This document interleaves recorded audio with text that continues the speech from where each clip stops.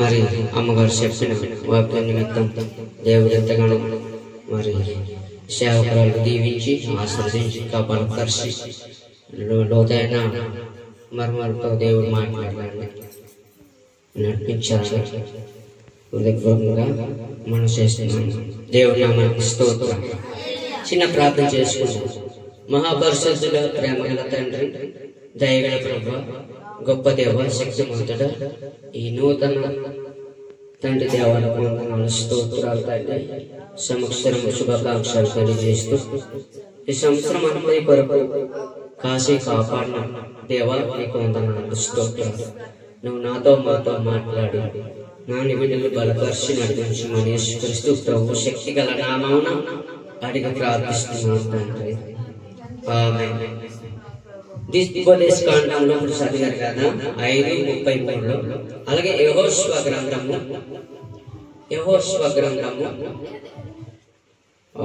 మొదటి అధ్యాయము అంటే ఇక్కడ 7వ వచనం చదవండి. మొదటి గ్రంథం 7వ వచనం. అయితే నిబ్బరము కలిగి జాగ్రత్త పడి బహు ధైర్యముగా నుండి నా సేవకుడైన మోషే నీకు ఆజ్ఞాపించిన ధర్మశాస్త్రము చొప్పున చెయ్యవలెను. నీవు నడుచు ప్రతి మార్గము చక్కగా ప్రవర్తించినట్లు నీవు దాని నుండి కుడికే గాని ఎడమకే గాని తొలగకూడదు. ఇంకా ఈ ధర్మశాస్త్ర గ్రంథమును నీవు బోధింపక తప్పిపోకూడదు. దానిలో వ్రాయబడిన వాటన్నిటి ప్రకారము చెయ్యుటకు నీవు జాగ్రత్త పడినట్లు దివారాత్రము దానిని ధ్యానించినలా నీ మార్గములను వర్ధిల్ల చేసుకొని చక్కగా ప్రవర్తించిన దేవుడి నామానికి స్తోత్రం. ఈ నూతన సంవత్సరములో నూతనంగా మనము తీర్మానం చేసుకోవాలి ప్రియులారా. ఎందుకు ఈ మాట చెప్తున్నానంటే, మనము ఇందాక దైవ సేవకులు చెప్పినట్టుగా కుడికే గాని ఎడమకే గాని తొలగిపోకూడదు. కాండం 5:33లో మోషే గారు చెప్పారు. యెహోషువ గ్రంథములో మొదటి అధ్యాయంలో 7వ వచనం కిందికి చూస్తే యెహోషువ గారు అంటే మోషే ధర్మశాస్త్రాన్ని యెహోషువ నడిపించారు. చాలా భయభక్తులు. దేవుని నామమునకు స్తోత్రం. అలాగే ఈ నూతన సంవత్సరములో నూతనంగా మనం తీర్మానం చేసుకునేటప్పుడు మనం గతమించిపోయిన సంవత్సరములన్నీ ఏ విధంగా నడిచేమేమో అయినా దేవుడు ఈ సంవత్సరములో సంతోషం సమాధానంగా ఉండడానికి మనకి కృప చూపించాడు. కాబట్టి ఈ నూతన సంవత్సరములో మనం ఏ విధంగా ఉండాలో, ఒకేళ మనము తొలగిపోతున్నామేమో, ఒకేళ మనము పడిపోతున్నామేమో, ఒకేళ మనము కృంగిపోతున్నామేమో, ఒకేళ మనము అతలకుతలమైపోతున్నామేమో. అందుకే చెప్తున్నాడు యెహోషువ ఏమంటే ఎడమకే గాని కుడికే గాని తొలగిపోకు అని చెప్తున్నాడు. దేవుడి నామమునకు స్తోత్రం. హల్లెలూయా. అంటే అప్పుడు తొలగిపోకుండా ఏం చేయాలట? ఈ ధర్మశాస్త్ర గ్రంథము నీవు బోధింపక తప్పిపోకూడదు. నువ్వు తొలగిపోకుండా ఉండాలి అంటే ఈ ధర్మశాస్త్రాన్ని తప్పిపోకూడదు, ఈ వాక్యాన్ని తప్పిపోకూడదు. ఈ వాక్యాన్ని నువ్వు ఆ వాక్యాన్ని చదువుతూనే ఉండాలి. దివరాత్రులు దాన్ని చదవాలి, దివరాత్రులు దాన్ని ధ్యానించాలి. ఆ ధర్మశాస్త్రాన్ని, ఆ కట్టడలను, ఆ విధులను మోసే రాసిన, మోసే నిర్మించిన, మోసే ఇచ్చిన ఆజ్ఞలను మనము నెరవేర్చబడాలి. యెహోషువ నెరవేర్చేట్టుగా మోసే ఎప్పుడైతే నాయకత్వంలో ఆయన చేసిన కార్యములన్నీ యెహోషువతో తెలియజేసే ప్రియులారా, యెహోషువ ఎప్పుడైతే ఆయన సేవకుడిగా వచ్చాడు, ఆయనను ఈ మోసే చెప్పిన ప్రవక్త చెప్పిన మాటలే యెహోషువ గారు ప్రవక్త ఆయన తెలియజేశారు. దేవుని నామమునకు స్తోత్రం. హల్లెలూయా.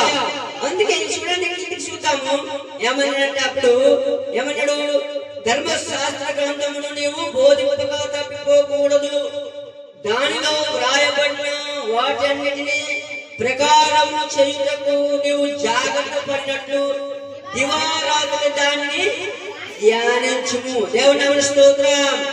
కీర్తనలు అంటాడు మొదటి 2 వచనాల్లో, దివారాత్రులు ధ్యానించువాడు ధన్యుడు, ఆకువాడక తన కాలమందు ఫలమిచ్చే చెట్టు వలె ఉంటాడు. దేవుని నామమునకు స్తోత్రం. అంటే దేవుని వాక్యాన్ని దివారాత్రులు ధ్యానించాలి. యెహోషువ గ్రంథంలో చెప్పిన మాట ప్రకారం ఏమన్నంటే, దివారాత్రులు ధ్యానించువాడు, దివారాత్రులు దాన్ని ధ్యానించువాడు ఏమాతాడు, నీ మార్గములు వర్తింప చేసుకుని చక్కగా ప్రవర్తించినట్ట చక్కగా నడుస్తాడు. సంవత్సరాల మొదలకి సంవత్సరం వరకు చక్కగా నడుస్తాడు. ఈ సంవత్సరం మీద చక్కగా నడవాలని మనం ప్రయాసపడాలి. ఈ సంవత్సరం మీద మనము జాగ్రత్తగా ఉండాలి, చాలా జాగ్రత్తగా నడవాలని. చూడండి, మన పిల్లలు నడుస్తున్నప్పుడు, పిల్లలు ప్రయాణం వెళ్తున్నప్పుడు, పిల్లలు ప్రయాణం వెళ్తున్నప్పుడు, రాకపోక ప్రయాణం వెళ్తున్నప్పుడు, ఏదైనా మనకు తెలియకుండా వెళ్ళినప్పుడు, తెలిసి వెళ్ళినప్పుడు మనం ఏం చెప్తాం, ఇంట్లో పిల్లల్ని జాగ్రత్తగా వెళ్ళి జాగ్రత్తగా రండి అని చెప్తాం. అంటే సక్రమంగా వెళ్ళి సక్రమంగా రా అని చెప్తాం అన్నమాట. అంటే తల్లిదండ్రులు మేము చెప్తాం. అందుకే మనకు దేవుడు అన్నాడు, తల్లిదండ్రులు చెప్పిన మన పిల్లలకి ఎలాగైతే చెప్తాం, అంతకంటే ఎక్కువ దేవుడు మనకి చెప్తున్నాడు అన్నమాట. మీరు గుడికే గాని ఎడమకే కానీ తొలగిపోకూడదు, సక్రమంగా నడవండి, సక్రమంగా ఉండండి, పరిశుద్ధంగా ఉండండి. ఎన్ని సూచనలు చెప్పినా పరిశుద్ధంగా మనము ఉండాలి నూతన సంవత్సరంలో. దేవుని నామమునకు స్తోత్రం. హల్లెలూయా. హల్లెలూయా. 28:2 ఏమంటాడంటే, నీవు దేవుడని యెహోవా మాట వినిన ఎడల ఈ దీవెనలైతే నీ మీదకి వచ్చి నీకు ప్రాప్తించును. దేవుని నామమునకు స్తోత్రం. ఈ నూతన సంవత్సరములో ఈ నూతన సంవత్సర శుభాకాంక్షలు తెలియజేస్తూ ఇక్కడ సంవత్సరాది మొదలుకొని సంవత్సరం వరకు కూడా ఆయన చెప్పిన మాట, సంవత్సరం నుంచి సంవత్సరం వరకు 2023 సంవత్సరం వచ్చి 2024 సంవత్సరం వచ్చి 2025 సంవత్సరం అడుగు పెడుతున్నాం. కాబట్టి ఈ మధ్యలో ఎన్నో కష్టాలు, బాధలు, శ్రమలు, ఇరుకులు, ఇబ్బందులు, శోధనలు, వేదాలు, అనేకమైన కొట్లాటలు, దెబ్బలాటలు, చిన్న భయంకరమైన రౌడీ విద్యం, ఇలాంటివన్నిటిలో నుండి మనకు దేవుడు ఏం చేశాడు, కరుణ సీజన్లో కూడా తప్పించి ఇలాగా మనల్ని నడిపించిన దేవుడి మనం ఏం చేయాలి, ఆయన దగ్గర మనం నూతనముగా ఉండాలి. ఈ సంవత్సరమైన మన నూతనంగా ఉండాలి, ఈ సంవత్సరమైన మన నూతనంగా పరిశుద్ధంగా ఉండాలని మనం ఆశపడాలి. దేవుడి నామమునకు స్తోత్రం. అందుకే ఆయన పోలికగా మనల్ని పుట్టించి నా బిడ్డలుగా అని ఆయన చేయగలుగుతున్న దేవుడు కాబట్టి ఆయన పోలికగా మనం నడవాలి. మనం ఎప్పటికైనా మనము నడవాలని మనం ఆశపడాలి. దేవుడి నామమునకు స్తోత్రం. అందుకే ఇక్కడ చెప్తున్నాడు, ఈ దీవెన అంటే దీవెనలన్నీ ఎక్కడికి వస్తాయి, నీ మీదకి వస్తాయి. ఎలాగా, పట్టణములో దీవించబడతావు, పొలములో దీవించబడతావు, గర్భఫలము దీవించబడుతుంది, భూమి పంట దీవించబడుతుంది, పశువులు దీవించబడతాయి, దుక్కు చెట్లు దీవించబడతాయి, గొర్రెలు దీవించబడతాయి, మేకలు దీవించబడతాయి అని చెప్పాడు. దేవుడి నామమునకు స్తోత్రం. అంటే నీ మూలముగా నూతన సంవత్సరంలో ఇవన్నీ దీవించబడిన కారణం ఆయన మాట నువ్వు వినాలి. దేవుడి నామమునకు స్తోత్రం. ఎవరి మాట వినాలి? నీ ఆయన మాట కాదు, అలా ఆవిడ మాట కాదు. ఎవరి మాట? దేవుని మాట వినాలి మనం అందరం కూడా. దేవుడి నామమునకు స్తోత్రం. ఈ రోజు మనం ఏమైనా ప్రేమిస్తే ఆయన మాట వింటారు, ఆ మాట వింటాము. సిరాకు పడితే మాట వినము. అలా కాకుండా దేవుడు మాట విన్నప్పుడే దేవుడు మన కుటుంబం అంతటిని దేవుడు కాసి కాపాడు. ఇంకో మాట ఉంది, ఏమంటే పిండి పిసుకు తొట్టు కూడా దీవించబడతాడు. అంటే కుటుంబం అంతయు దీవించబడతాడని దేవుడి మన స్తోత్రం. నేను ఒక్క వ్యక్తి ద్వారా దేవుడు మాట్లాడినట్లంటే గొర్రెలు, మేకలు, దుక్కుటెలు, భూమి ఇవన్నీ అంటే ఇక్కడ పశు గొర్రెలు, మేకలు అన్ని కూడా నీ మూలంగా దీవించబడతాయి. హల్లెలూయా. చూడండి, ఇవన్నీ కూడా నీ మూలంగా దీవించబడిన కారణం అంటే ఆయన మాట నువ్వు మొట్టమొదటిగా ఆయన మాట నువ్వు వినాలి. దేవుని నామమున స్తోత్రం. ఆయన మాట వినాలి. దేవుని నామమున స్తోత్రం. హల్లెలూయా. చూడండి, యెషయా గ్రంథము 38వ అధ్యాయం 15వ వచనంలో 38:15 వచనంలో నా సమక్షంలో నేను మెల్లగా నడుచుకుందును అనుకుంటున్నాను. యెషయా ప్రవక్త ఏమంటాడంటే నా సమక్షంలన్నీ నేను మెల్లగా నడుచుకుంటును అనుకుంటున్నాను. మెల్లగా నడుచుకుంటూ తొందరపడిపోకూడదు, తొందరపడిపోకూడదు. మనం వెళ్తున్న సంవత్సరాలన్నీ, వెళ్తున్న ప్రయాణాలన్నీ, వెళ్తున్న పనులన్నింటిలో మనము ఎలాగెళ్ళాలంటే చాలా జాగ్రత్తగా వెళ్ళాలి. ఏంటంటే ఇక్కడ చెప్తున్నాడు, ఆయన నాకు మాట ఇచ్చాను, ఆయనే నెరవేర్చాను. నాకు కలిగిన వ్యాధులను బట్టి నా సమక్షంలన్నీ నేను మెల్లగా నడుచుకుంటున్నాను. ఆయన మాట ఇచ్చాడు, మాట నెరవేర్చగలడు. దేవుని నామమున స్తోత్రం.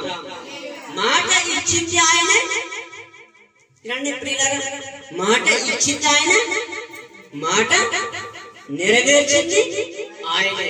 మన మధ్యలో ఏమైపోతాం? గజిబిజి అయిపోతాం. ఆయన మాట ఇచ్చింది ఆయనే, మాట నెరవేర్చింది ఆయనే. కానీ మధ్యలో ఏమైపోతున్నాం? మనము గజిబిజి అయిపోతాం. అంటే ఆయన కార్యం చూడకుంటే ఆయన నెరవేర్చాలన్నప్పుడు మనం ఏమైపోతాం? గజిబిజి అయిపోతాం. కానీ నెరవేర్చాలన్నాడు కదా ఆయన, అప్పుడు దాన్ని కనిపెట్టాలి కదా. ఇచ్చిన వాగ్దానం కోసం కనిపెట్టాలి కదా. పాలు తేనె దేశం కోసం కనిపెట్టాలి కదా. ప్రజలు కనిపెట్టారు కదా. మోసే నాయకుడు ఇశ్రాయేలు ప్రజల్ని కానాను తీసుకెళ్ళడానికి చీనాయి తీసుకెళ్ళినప్పుడు, అప్పుడు చీనాయి పర్వతం తీసుకెళ్ళినప్పుడు అక్కడ చెప్పిన ప్రతి ఒక్క మాటను ఇశ్రాయేలు ప్రజలు అటువంటి పరిస్థితుల్లో కంగారు పడిపోకున్నట్లు మనం ఏంటంటే ఇక్కడ కంగారు పడిపోకున్నట్లు చాలా జాగ్రత్తగా, చాలా మెల్లగా ఆయన వరకు మనం ఎదురు చూడాలి. ఎవరి వరకు? ఆ దేవుని వరకు మనము ఎదురు చూడాలి. ఆయన వాగ్దానం వరకు ఎదురు చూడాలి. దేవుని నామమున స్తోత్రం. హల్లెలూయా. చూడండి, ఆయన నాకు మాట ఇచ్చాడు, ఆయనే నెరవేర్చాడు. దేవుని నామమున స్తోత్రం. ఆ మాట కోసం మనం ఎదురు చూడాలి. ఎందుకంటే మొదటి మాట ఏమన్నాడంటే, ఏమన్నాడు మొదటి మాట? ఆయన మాట ఆలకించాలి. ఇవన్నీ దీవెనలన్నీ నీ మీదకి వచ్చి ప్రాప్తిస్తాయి. ఎలాగా? దీవించబడతామని. దేవుని నామమున స్తోత్రం.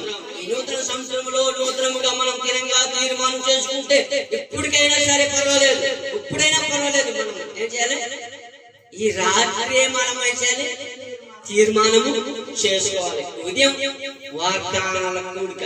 అంటే వాగ్దానాలు తీసుకున్నప్పుడు మనం వాగ్దానం మార్చదు, మన హృదయమే మారుస్తుంది. దేవుని నామమున స్తోత్రం. ఏమైనా సరే మన హృదయాన్ని మార్చగలగలు దేవుడు, మన హృదయాన్ని మార్చే దేవుడు. మనం మాట ఇచ్చాడు, అది నెరవేర్చే ఆయన. నెరవేర్చడానికి శక్తిమంతుడు ఆయన, శక్తితో నింపబడేవాడు. కాబట్టి ఆయన నెరవేర్చే దేవుడు. దేవుని నామమున స్తోత్రం. మూడవ మాట చూద్దాం. ఏవేలు గ్రంథము 2వ అధ్యాయం 24వ వచనం. ఏవేలు గ్రంథము 2వ అధ్యాయము 24వ వచనం ఏమంటున్నాడంటే, కొట్లో ధాన్యము నిండును, కొత్త ద్రాక్షరసం, కొత్త తైలము గానుగలో పై పొర్లి పారును. దేవుని నామమున స్తోత్రం. చూడండి, కొట్లోనట ధాన్యమట సమృద్ధిగా ఉంటాయట. కొట్లోని ధాన్యము సమృద్ధిగా ఉంటాయట. ఆకలి ఉంటుందట, దప్పిక వేయట, సమృద్ధి ఉంటుందట, అంతదట. అక్కడ ఆయన మాట వింటే. దేవుని నామమున స్తోత్రం. అక్కడ అంటాడు, సియోను జనులారా ఉత్సాహించి మీ దేవుడైన యెహోవా యందు సంతోషించుడి అని 23లో చెప్తాడు. ఏమంటే ఏవేలి గ్రంథంలోనే ఏమంటే 23లో సియోను జనులారా ఉత్సాహించి మీ దేవుడైన యెహోవా యందు సంతోషించుడి, మీరు కూడా ఏమన్నాడంటే ఏంటి తృప్తి పొంది మీ కొరకు ఎంత కార్యములను జరిగించినట్లు మీ దేవుడైన యెహోవాను. దేవుని నామమున స్తోత్రం. హల్లెలూయా. మీ కొరకు గొప్ప కార్యాలు చేయాలని మీరు సంతోషించాలని ఆయన కోరుతాడు. 25 చదవండి అక్కడ. ఏవేలి గ్రంథము 2:25 వచ్చింది. మీరు కడుపార తిని తృప్తి పొంది మీ కొరకు ఎంత కార్యములను జరిగించిన మీ దేవుడైన యెహోవా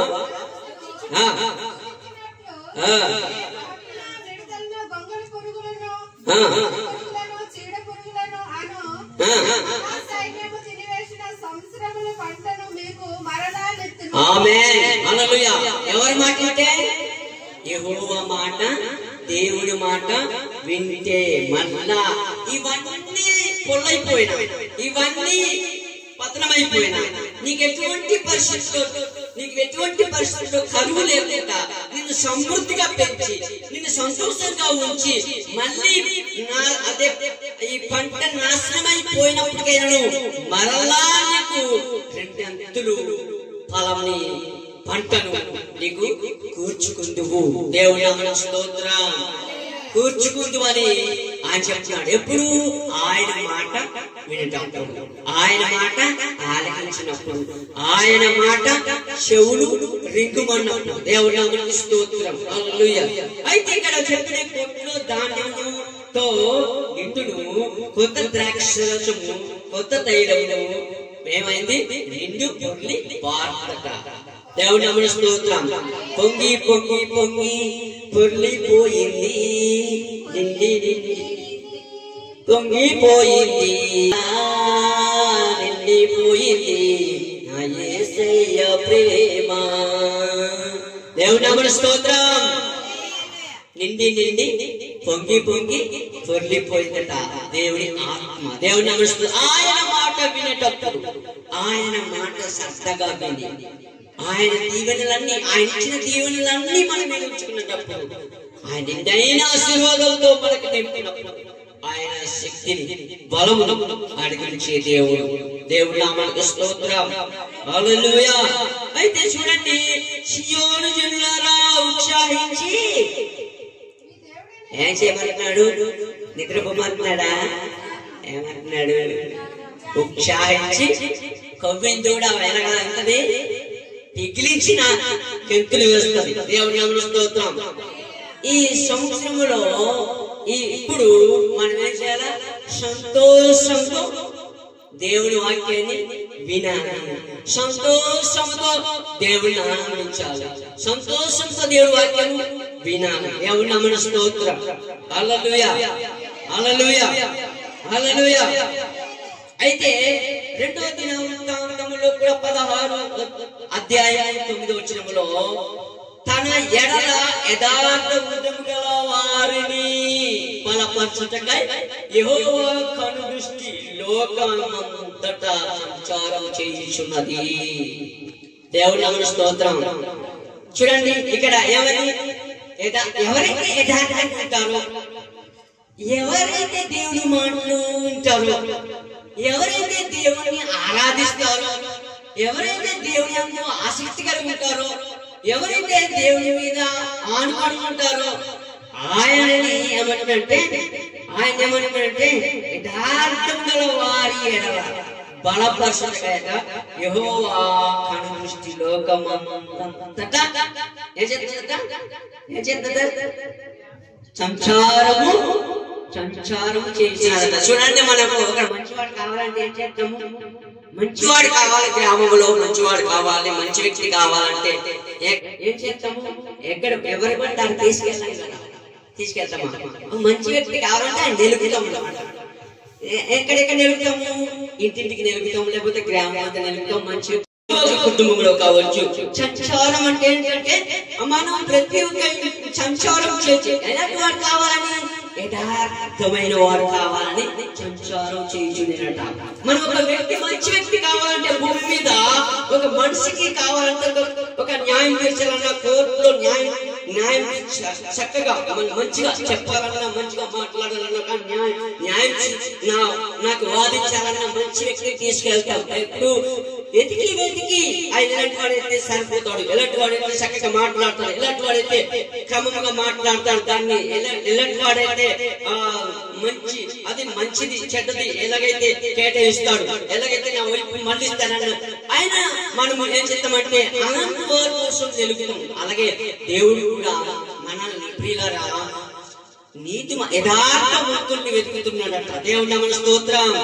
యథార్థవంతులను సంచారం చేస్తున్నాడట, వెతుకుతున్నాడట. ఎవరు యథార్థవంతులు అంటే నువ్వు నేనే యథార్థవంతులు అని దేవుడు చెప్తున్నాడు. కానీ మన యథార్థంగా ఉన్నామా లేదన్నది మనము గమనించాలి. దేవుడు మన స్తోత్రం. దేవుడు ఏమంటున్నాడు, నా బిడ్డలు యథార్థవంతులు, నా బిడ్డలు పరిశుద్ధులు, నా బిడ్డలు పరిశుద్ధులు, నా బిడ్డలు యథార్థవంతులు. నీ దొంగ చేయరు, అబద్ధమాడరు, ఎటువంటి లోభం ఉండదు, కపటం ఉండదు, చెడు మార్గం, చెడు తలంపు ఉండదు, చెడు ఉద్దేశం ఉండదు, చెడు ఆలోచన ఉండదు, నిష్కలంగా పరిశుద్ధంగా యథార్థంగా ఉంటారు అని ఆయన కోరుకుంటున్నాడు. నా కుమారుడు నా కుమార్తె మంచిది అని అనుకుంటున్నాడు. మంచి వాళ్ళు కాదని మనకు తెలుసు, మన మంచి వాళ్ళు కాదని ఆయనకు తెలుసు. అవునా కాదు చెప్పండి? మంచి వాళ్ళు కాదని ఆయనకి తెలుసు కదా. కానీ ఆయన ఎందుకు చెప్తున్నాడు నా బిడ్డలు మంచివారని ఎందుకు చెప్తున్నాడు? ఇతరులలో చెడ్డగా రావడం. దేవుడు నమస్కారం.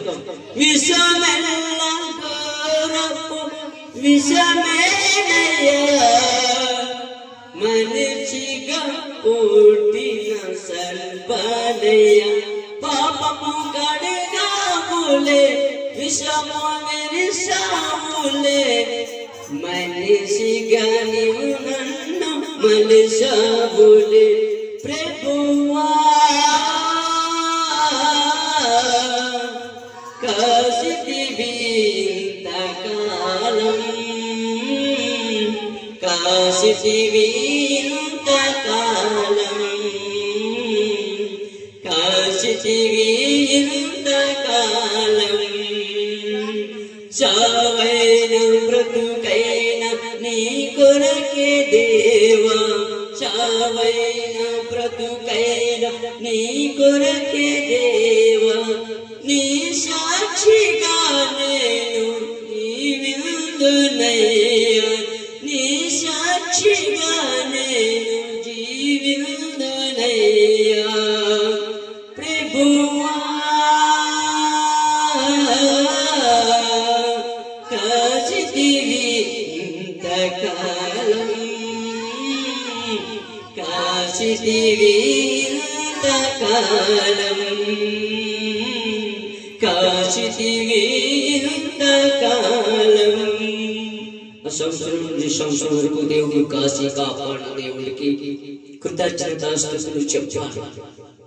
కృతజ్ఞతాస్తుతులు సామాన్య బ్రతుకైన నీ కొరకే ప్రభువా, నీ కొరకే నేను జీవిస్తాను, నీ కొరకే మరణిస్తాను, నీ కొరకే నేను జీవిస్తాను అన్నప్పుడు ఆయన మరణించడానికి ఆయన ఇష్టపడడు. దేవుని నామమునకు స్తోత్రం. హల్లెలూయా. మన హృదయమంతా మా శరీరమంతా విషమే. మన విషయాన్ని ఏం చేయాలి? పరిశుద్ధాత్మతో ఆయన రక్తముతో కడగబడాలి. అప్పుడే మనం పరిశుద్ధులుగా ఉంటాము. అప్పుడు ఆయన పిలిచిన పిలుపుకు లోబడతాము. అప్పుడు ఆయన చెప్పిన మాటకు లోబడినప్పుడే మీరు ఈ పట్టణంలో దీవించబడతారు, పొలములో దీవించబడతారు, గొర్రెలు దీవించబడతాయి. అన్ని కూడా సమస్తం అంతా కూడా నీ మూలముగా దీవించబడుతుంది. దేవుని నామమునకు స్తోత్రం. హల్లెలూయా. చూడండి కీర్తన 103:13 అంటాడు, తండ్రి తన కుమారుని ఎడల జాలిపడినట్లు యెహోవా తన యథార్థ తన యందు భయభక్తులు గల వారి ఎడల జాలిపడును. దేవుని నామమునకు స్తోత్రం. తండ్రి తన కుమారుని జాలిపడినట్లు జాలిపడినట్లు తన యందు భయభక్తులు కలిగిన వారి ఎడల ఆయన జాలి పడతాడట. దేవుని స్తోత్రం. మనము భూమి మీద ఉన్న చెట్లైనా, పర్వతములైనా, సముద్రమైనా, ఉన్న ప్రతి వృక్షములైనా ప్రతిది భయపడుతుంది, మనం మాత్రము భయపడము. అందుకే దేవుడు అన్నాడు, భూమి మీద పక్షుల కంటే, ఇసుకల కంటే మనుషులే శ్రేష్ఠుడు, వారు నాకు ఇష్టుడు. దేవుడు నామమున స్తోత్రం. ఎందుకన్నాడు? వారు నాకు ఇష్టుడు, వారిని నేను ప్రేమిస్తున్నాను అంటున్నాడు. ఎందుకంటే ఎంత ఘోర పాపములైనా మనం చేసినప్పటికే మననైనా ప్రేమిస్తూనే ఉన్నాడు. దేవుడు నామమున స్తోత్రం. ఈ నూతన సంవత్సరంలో నూతనముగా మనము తీర్మానం చేసుకున్నప్పుడు ఆయన కృప మన మీద ఉంటది. ఆయన మొదటి మాట ఏంటంటే ఆయన దీవించబడతావు. మొదటిది దీవించబడతావు అన్నాడు. రెండోదేమో మాట ఇచ్చాడు, మాట నెరవేరుస్తాడు. మూడోదేమనంటే ఉత్సాహించి సంతోషించమని చెప్పాడు. నాలుగోదేమనంటే యథార్థమన్నాడు. దేవుని నామమున స్తోత్రం. ఐదోది ఏంటంటే ఆయన కుమారుడి ఎడల జాలి పడినట్టు నువ్వు కూడా ఆయన ఎడల జాలి పడాలని. దేవుని నామమున స్తోత్రం. ఈ మాటలు దేవుడు మిమ్మల్ని దీవించి ఆశ్రయించి బలపరచబడును గాక. ఈ నూతన సంవత్సరంలో నూతనముగాను మీరు దీవించబడాలని, ఆశ్రయించబడాలని, బలపరచబడాలని, నడిపించబడాలని యేసుక్రీస్తు శక్తి గల నామమున అడిగి ప్రార్థిస్తున్నాను తండ్రి. ప్రార్థన చేసుకుందాము. మహాపరిశుద్ధుడా, ప్రేమ గల తండ్రి, దయగల ప్రభువా, గొప్ప దేవా, శక్తి